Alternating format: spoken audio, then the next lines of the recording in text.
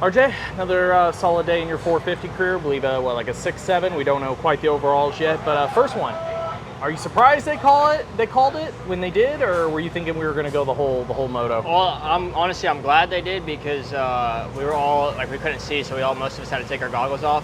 And then that same lap, dude, I got a clob. You can see my eye. I got a clob of dirt in it. I went blind. Couldn't see. So I'm just like cruising around. I don't know. I mean, dude, it's give or take. If I have goggles, I'm pissed off because I feel like I could have got the two guys in front of me. Didn't have goggles, so I was ready for it to be over with. But overall, man, no tape on my wrist today. Raced all day without it. It's the first time in over a year.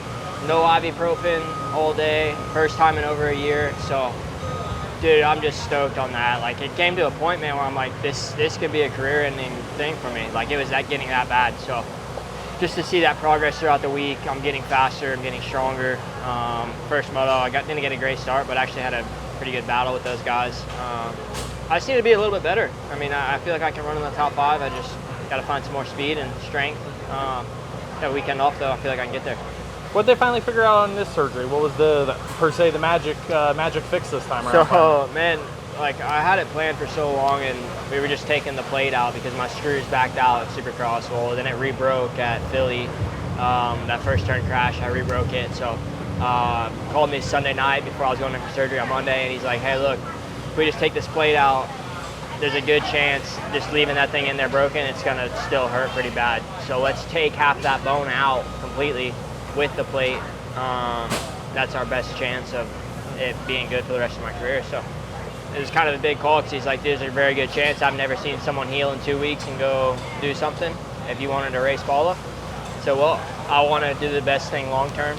And that's what we did. So, yeah, they took half of my bone out with that plate. Which bone is it? The scaphoid. It is scaphoid. Yeah, okay. navicular, scaphoid, whatever. Yep. So, yeah, man, it was just so nice this week riding and not having so much pain. And I'm able to get my strength back. My bike setup's getting better now because I can hold on. Yeah, I mean, I'm stoked on the way it's gone these first 4 rounds, but I know I have more. Like, and I feel like once I get there, like, I can battle a little bit further up. I was watching you a bit first moto because, like, some of the sections I just shot the first 250 moto, and 450 guys default to a little bit different lines. You're one of the few, I would say, in that top running group because you just made the transition. I still saw you running a lot of like carrier momentum lines on 250, where some of the 450 guys default to the point and shoot at times. So kind of cool to watch. Like, you still have a little bit of both worlds at the moment. Yeah, and first moto I ran normal tire, so that changes a lot. Like, you ride so much different. Like with that paddle, you point and shoot. With a normal tire, you can carry the momentum and stuff. I don't know. I maybe made a wrong call that first moto going with the normal tire because my start was young, but. Also, man, it's just a lot of learning this year for me, and it's something new. But man, I'm motivated. I don't feel like I'm a 6th place guy for the rest of my life, the rest of my career. Like, I have motivation to get inside top 5 Southwick and kind of see where we can go from there.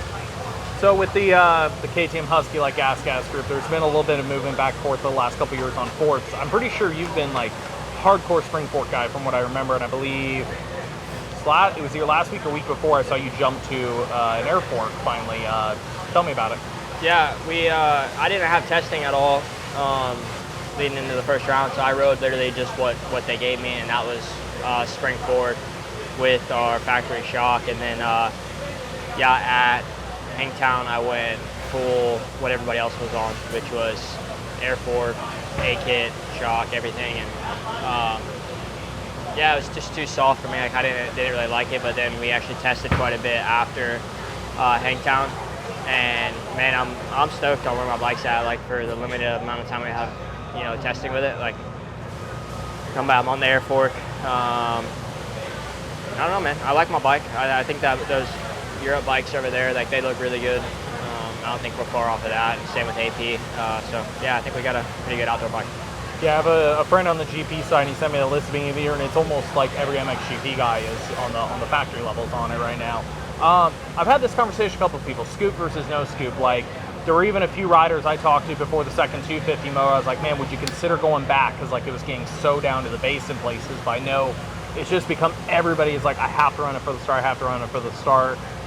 Do you think we're in a fad at the moment? Like, if nothing changes, are we just going to be scoop every weekend unless it's straight blue groove, or do you think the fad will kick off between guys sliding out, kicking around, different stuff? Do you think we'll finally start to see guys default back to the tire when the day goes away? I think it was like 4 or 5 years ago whenever we had that half scoop, half normal tire. Remember whenever Dunlop came out with that? Yeah. Dude, that tire was the best thing ever. Like, it had both on it. And I don't know what happened, but we went away from that. And I mean, dude, the scoop it's so good in those areas where you need it. And it could get really sketchy where, you know, it's hard packing stuff. But honestly, it could turn to a point, like I'm pretty sure MotoGP and stuff, where they limit the tires you can run. Like there's a hard and there's a soft or whatever. Like maybe we do that, because right now it's literally, I mean, for the 250 class, it used to be the privateers could run that paddle tire and be close to the factory guys.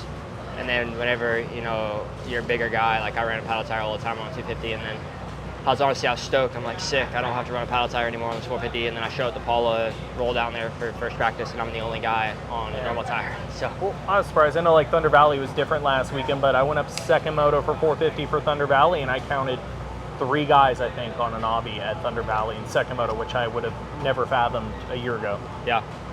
I was the same way today. I went normal tire first moto, and I went to the paddle the second moto, just because you got to get out of the gate. And yeah, it's a lot of like different riding, and just point and shoot with that paddle. I mean, dude, it's good. It's really good, especially out of the gate. So I don't know. It might be around for a while. I don't see us getting off of that.